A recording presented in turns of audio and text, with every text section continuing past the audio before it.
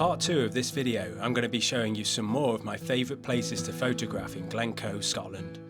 We'll be checking out 3 of the most popular cottages to photograph down the A82, including Akna Cottage, Laggan Cottage and Akna Be Cottage. For our first location, we'll follow the directions to the Glencoe Mountain Resort, which is just off the A82. It's clearly signposted. After taking the turn, it's only a few hundred metres till you'll see Akna Cottage. The hut is owned by the Ladies Scottish Mountain Club and is one of the most photographed cottages in all of Scotland.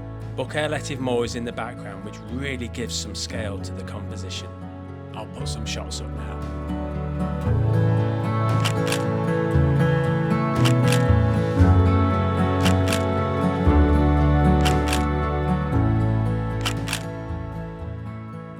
We'll get back on the A82 now and head to our second location, Laggan Cottage, also known as the Wee White House. If there is one photo that comes to mind when you think of Glencoe, it has to be the White House sitting under the mountain peak.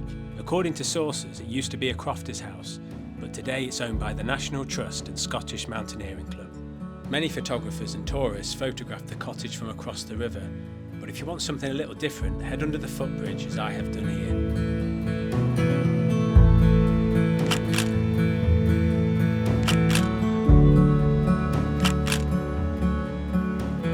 Just a few minutes down the road is our third and final cottage, which is Akna Be Cottage.